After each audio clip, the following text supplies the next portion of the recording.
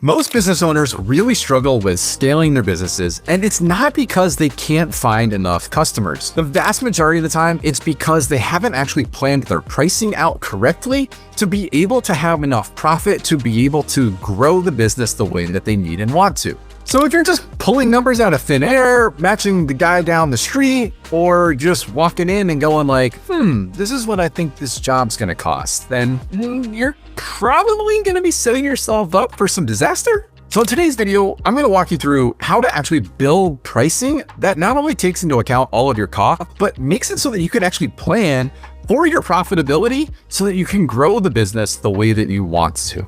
Number one is going to be your cost of goods sold, your COGS. It's all of the direct things that impact the price of whatever product or service that you're ultimately delivering. You need to build out all this stuff in your pricing, but then that's also the important reason why you review this stuff afterwards, because as your business evolves, your pricing is also going to evolve. You're going to start doing slightly different things. And because of those changes in your business, you're going to need to update and tweak your pricing. All right, so then the second piece that you need to take into account when you are building out your pricing is going to be your overhead costs. What it basically is like all of the extra stuff that goes on in your business. So for example, you probably got to buy tools, whether that's a laptop computer and some monitors, whether it is some nail guns, some ladders, some trucks, it could be any number of things for your business, but you need to buy that stuff.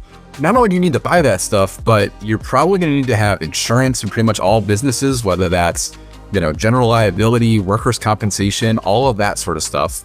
You're going to have your, maybe indirect labor costs. So this is, call it like all of your like support staff people, an office manager, marketing expenses. And so we are stuck with this like pool of money and have to ask ourselves, how do I actually allocate that to a specific job? There's kind of two ways that you can ultimately allocate that to your your pricing model, right? The first way is to do it by labor hour, like billable labor hour, right? So not necessarily all the hours that your team works, right? So we're talking about like, hey, I'm going on site to this project and we're going to end up spending this many hours, on that project. So number of people times how many hours they have, total number of hours on that project. And based on that, that's what you're going to use to allocate that to that job. And you can do it on like a monthly basis, right? So when you start going like where you're billing by the project or by the job or by the piece, well, now we kind of flip the equation and we instead are looking at like, okay, how many total jobs am I ultimately going to end up delivering in this particular window of time? And again, the reason that this is like so important, right, is that overhead expenses are like gravity. It's there whether you want it to be or not. The third most important component, and this is probably the most important component, is actually building in the profit that you want to see in your business. Now, let's be extremely clear about what I mean by profit. We're talking about like Fortune 500 company style profit. And if you go look at publicly available financial statements from a Fortune 500 company, the profit that's left over is the money that they get to either reinvest into their business or pay to their shareholders. That's profit. What so many small business owners don't take into consideration is what they consider their profit is their paycheck. No, your paycheck is either part of your cost of goods sold or it's part of your overhead. That's where your paycheck goes, because you have to pay yourself to either, let's say you're still really small and you're providing the service. Great.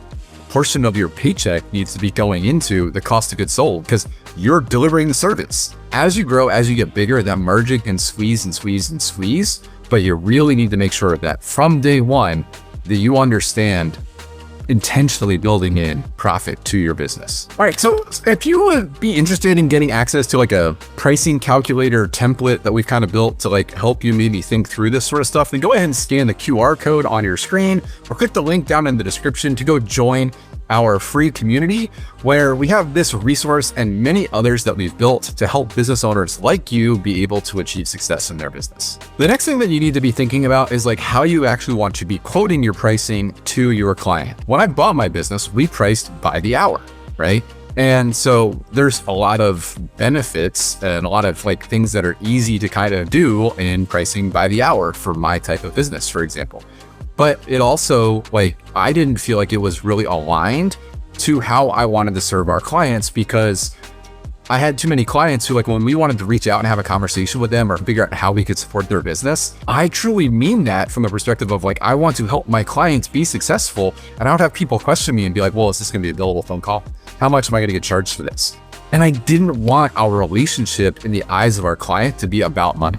I wanted it to be about their success. And so we pivoted to a, flat fee monthly rate. So that would for us be kind of this example of like a per project kind of scope, right? And so now, like, for every individual client, we had to build out a scope and understand the different components of what goes into it, what does it take to deliver that particular service to that particular client, and then build out pricing. There's like hybrid models where, hey, here's the flat fee initial stuff, but then like we have these additional add-ons or, these change fees or things along those lines, right? So like you can kind of have like a base package, whether it's, think about like, a car's kind of like, hey, here's the base price, and then you can add on these extra features, right? In the beginning, start off keeping your pricing pretty simple so that, you make sure you understand that your business is being profitable, but understand that, again, not every industry is the same. Totally get and understand that,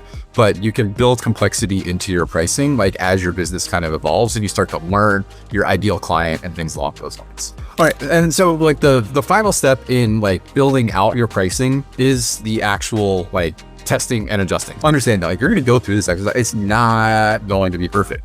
You're also going to be able to like make, extend, let's say like your brand spanking new, and you're just getting started. The important thing to know is like, even as you're doing that, you should know, build out the pricing model of like, hey, here's what it should cost, right? Then track your actuals, to see, hey, did I price it correctly? Because you shouldn't just be testing on that job to, get that review, that referral, that testimonial. You should be using that opportunity to actually test out your pricing model as well. So you can start all that stuff literally from day one if you've planned it all, even if you're intentionally having to, leave some of that on the table to build up, your credibility as a brand new business owner who's starting from scratch. All right. So now that we've got like all the pricing components figured out and you've gone and you've taken a look at the pricing calculator, we're going to go into like the piece that, again, most small business owners really struggle with in all of this sort of stuff, which is figuring out how much to actually pay yourself